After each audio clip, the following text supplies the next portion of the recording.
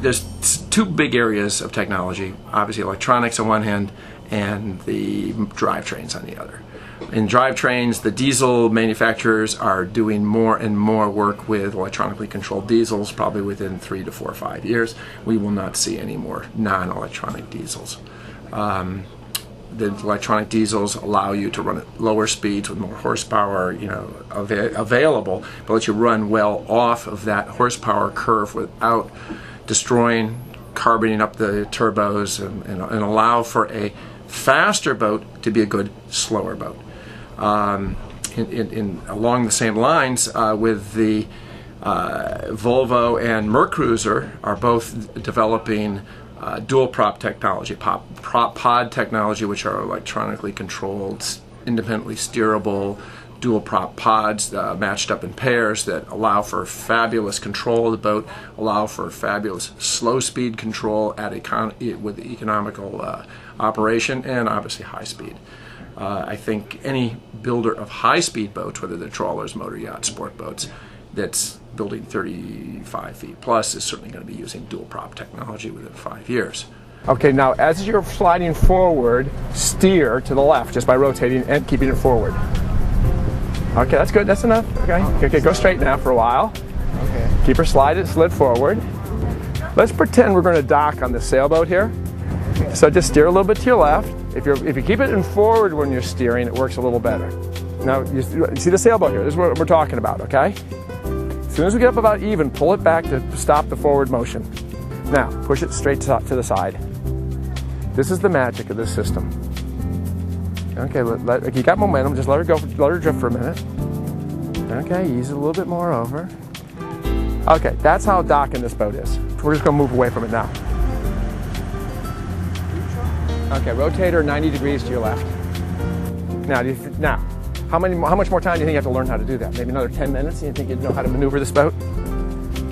Okay, yeah, just let her, okay, I'll let her sit there. Okay, I'm gonna drive it now. What's happening is that the motions of the joystick are going down to a central ECU unit in a black box someplace in the boat.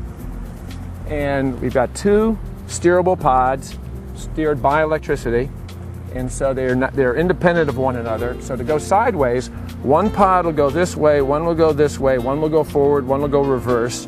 The side thrust vectors will move the boat sideways. And that's sort of like the magic of what. There's no bow thruster. We've got 435 horsepower bow thrusters in the rear.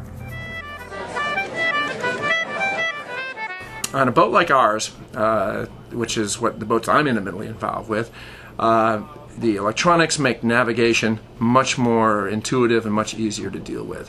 The add-ons to the electronics package makes cruising a better deal. The Sirius weather is interfaced with the Raymarine. Video, aft-facing video cameras for maneuvering, blind spots, engine room cameras. That makes for it improves the quality of cruising. I mentioned the weather forecasting. Raymarine now has their life tag system, which is a bracelet. So if a person goes overboard, a dog goes overboard, a grandmother goes overboard, it puts a man overboard mark on your chart and sounds an alarm. Welcome to the Krogan 39.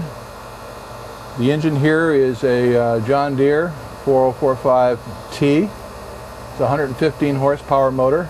It's a very popular motor on the Krogans. In fact, it's a stock motor. These engines have gone through a lot of changes in the past few years. Emissions mandating a lot of these changes. The technology is sort of ongoing, and we're actually going through a lot of revolutionary changes as opposed to what we've sort of gone through in the past. These engines are seen on a lot of trawlers. They're very popular. The reason John Deere is so popular is that they're a slow turning motor, and they produce a lot more torque than some of the competitive motors. They're very, very fuel efficient, and it makes it ideal for long range that the trawlers and the trawler customers demand. So you'll see today, as with Katie Krogan and a lot of other of the trawlers, this is the standard horsepower, and deservedly it belongs in a boat like this. Just its characteristics of the engine really make it so it's an ideal application. We're dealing with generally an older customer, maybe coming out of sailing, and they're not as spry as they used to be, and they're always concerned about handling on these boats. So we came up with something called an articulated rudder.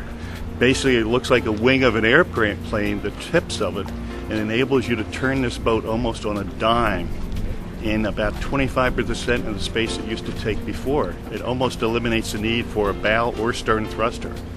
The boat becomes so maneuverable in a harbor, especially at low speeds. If you want to maneuver in a mooring field, or if you're coming into a dock space where it's real tight and threatening, the boat will just pivot around either forward or in reverse.